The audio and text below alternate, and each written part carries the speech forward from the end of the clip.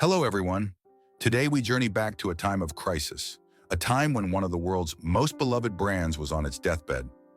In 1997, Apple was not the trillion-dollar titan we know today. It was a fallen giant, 90 days from declaring bankruptcy. It was a company drowning in a sea of beige, uninspired products. It had lost its way. It had lost its soul. The famous tech entrepreneur Michael Dell was famously quoted as saying, if he were in charge, he'd shut it down and give the money back to the shareholders. This was not an insult. It was a sober business assessment. And into this chaos, this corporate funeral, walked the ghost of its past, the founder they had fired 12 years earlier. This is the story of the greatest turnaround in modern business history. But we're not just here to tell you what happened. We are here to go inside the mind of Steve Jobs at his most critical hour, to understand the raw, unfiltered thoughts that led to a revolution. This is the mind story of how Think Different saved Apple. To understand the radical nature of what Jobs did, we have to feel the pain of Apple in the mid-90s. The company was a rudderless ship. After Jobs was ousted, a series of CEOs had tried to steer the company, but they were product guys, not visionaries. Their strategy was to compete with Microsoft by mimicking them. They flooded the market with an absurdly confusing lineup of computers. There was the Performa, the Quadra, the Centris, the Power Macintosh, dozens of models often differing by only a tiny change in processor speed. A customer walking into a store had no idea which computer was right for them. The brand, once a symbol of simplicity and rebellion, now stood for confusion and mediocrity. Internally, the company was at war with itself.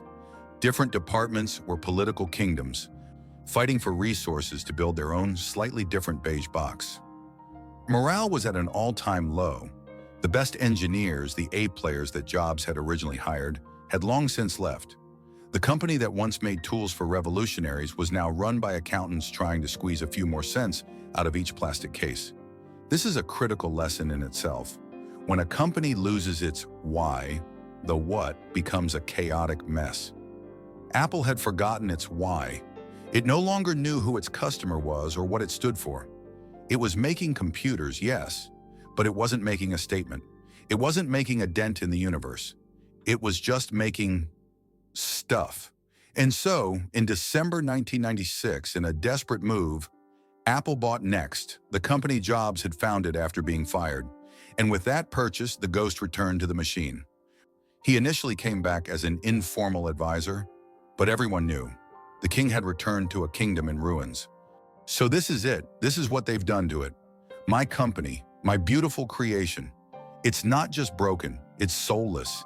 It smells of corporate bureaucracy, of focus groups, of compromise.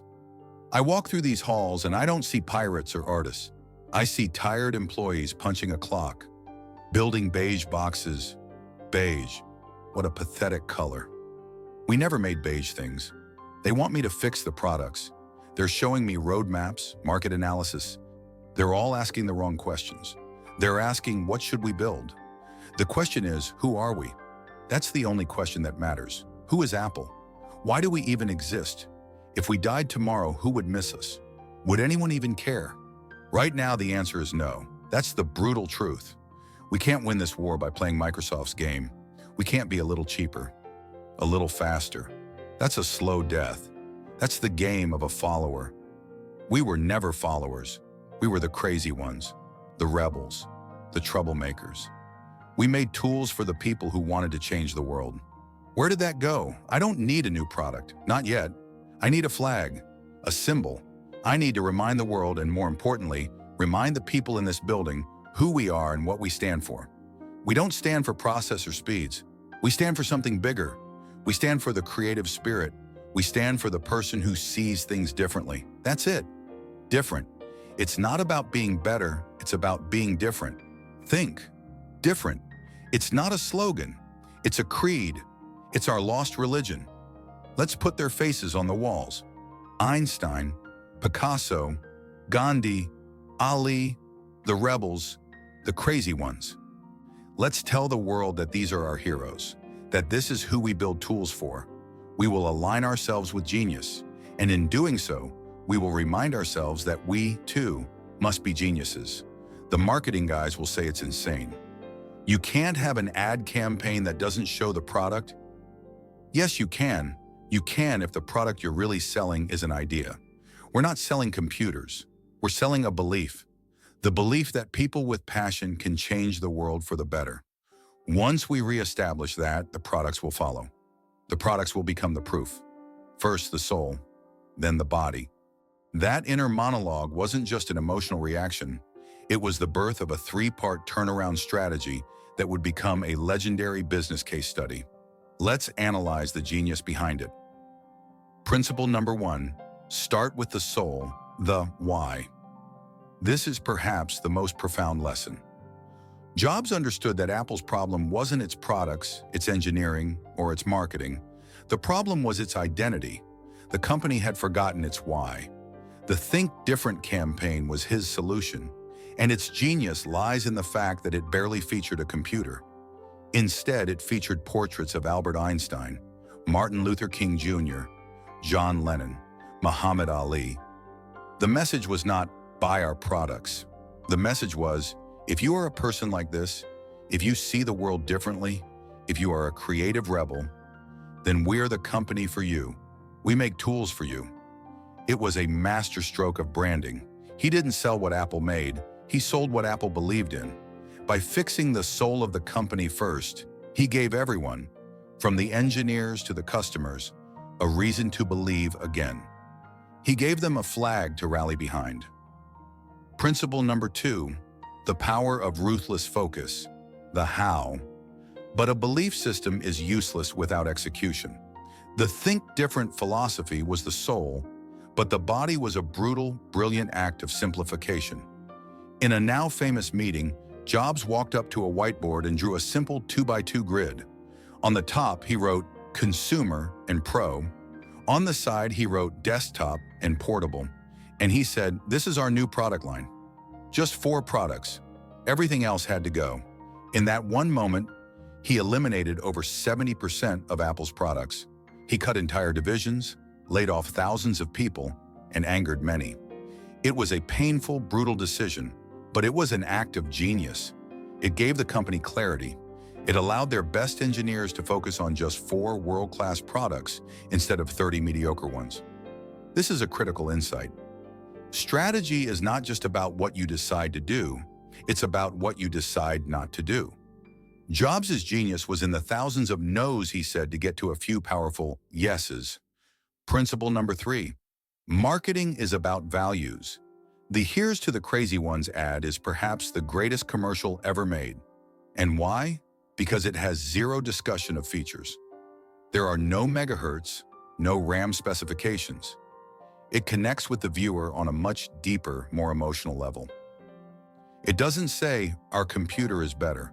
It says, you, the person who feels misunderstood, the creative, the dreamer, you are a hero, and we honor you. By aligning the Apple brand with the universal human desire to be special and to make a difference, Jobs created an emotional bond that transcended the product itself. People didn't just buy an iMac, they bought an identity. They bought a ticket into a tribe of creative rebels. This is the ultimate lesson. Don't sell a product, sell a value system. The story of Apple's turnaround is more than a fascinating piece of history. It's a timeless playbook for anyone trying to build something meaningful. How can we apply this thinking to our own lives and careers? First, find your why. Whether you're running a multi-million-dollar company or just starting a small personal project, ask yourself that fundamental question. Why do you exist? What is the core belief that drives you? What would be lost if your project or company disappeared tomorrow? This isn't a fluffy marketing exercise. Your why is your compass. In moments of chaos and confusion, it's the one true north that can guide your decisions. Write it down, make it your flag, and align every decision you make with that core belief. Second, embrace the power of no. We live in a world that celebrates hustle culture and doing more. The lesson from Jobs is that true power comes from doing less, but better. Take a hard look at your life or your business. What are the beige box projects you're working on? What are the mediocre commitments that are draining your energy? Have the courage to draw your own 2x2 grid. Identify the few things that truly matter. the projects, relationships, and goals that align with your why, and have the discipline to say no to everything else. This isn't about deprivation, it's about focus. It's about creating space for excellence. Finally, communicate your values, not just your skills. When you're applying for a job, don't just list your skills on a resume. Tell a story about what you believe in. When you're leading a team, don't just give them tasks. Communicate a mission that they can rally behind. People are not inspired by what you do. They are inspired by why you do it. Like the Think Different ad, your greatest marketing tool is not showing what you can do, but showing the world who you are and what values you share. This is how you build not just a customer base or a career, but a loyal tribe. The return of Steve Jobs to Apple in 1997 was not just about a man saving a company, it was about an idea saving an identity. It was a lesson that in business and in life, success is not born from chasing competitors or following trends. It is born from a deep, unwavering understanding of who you are and what you stand for. Before he could fix the products, he had to fix the soul. The Think Different campaign was the first step in reminding Apple and the world that it wasn't in the business of making computers. It was in the business of empowering the crazy ones, the misfits, the rebels, the people who are just crazy enough to think they can change the world. And in rediscovering that soul, they did.